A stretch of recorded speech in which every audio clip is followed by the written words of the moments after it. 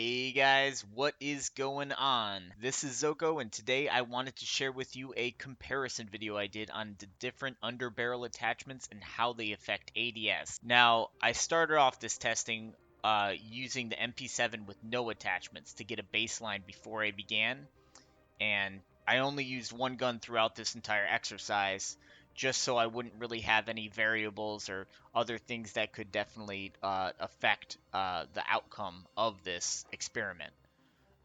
Like different guns have their own aiming speeds, and I just didn't want that to be a factor when going through this.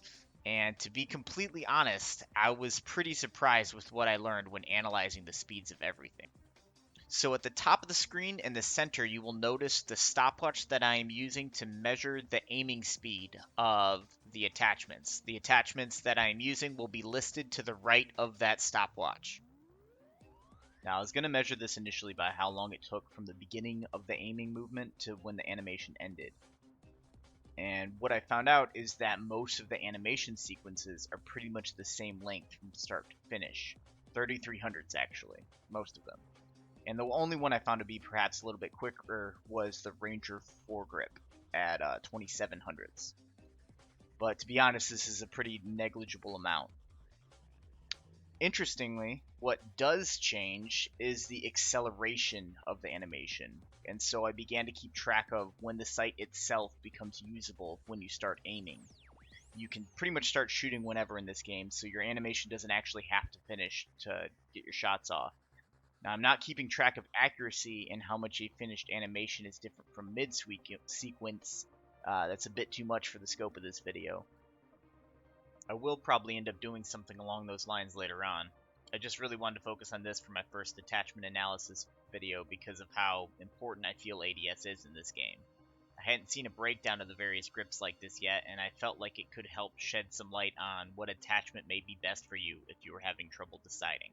Now here is a recap list of the attachments and their speed until you have a usable sight. The Ranger Foregrip I found to be the fastest. It seemed to move more horizontal first than diagonal as most of the others did. This allowed it to get into a position to be usable sooner. I realized that every attachment was at various stages of the animation, and because of this, my comparison is not 100% to scale. But I got it as close as I could and was as fair as possible. Nonetheless, the fastest attachment is so clearly out in front, it is undeniable in its superiority when it comes to speed. In fact, it was so far out in front of the others, I had to break my own rule for this video and try one more gun. So I did a quick test with the MP5 because it uses the exact same attachments for the underbarrel. I wasn't concerned so much with the overall time, but rather was the Ranger Foregrip still the fastest. Now the aiming times were different, which did not surprise me. However, the Ranger Foregrip was still the best attachment. I mean, this time it tied with the Tactical Foregrip and the Commando Foregrip along with no attachments at all. But I have a suspicion this is true for most guns that have this attachment as an option. Between the Commando, Merc, Ranger, Tactical, and Operator Foregrips, the Ranger is consistently among the fastest. Whether you consider it the best is up to you.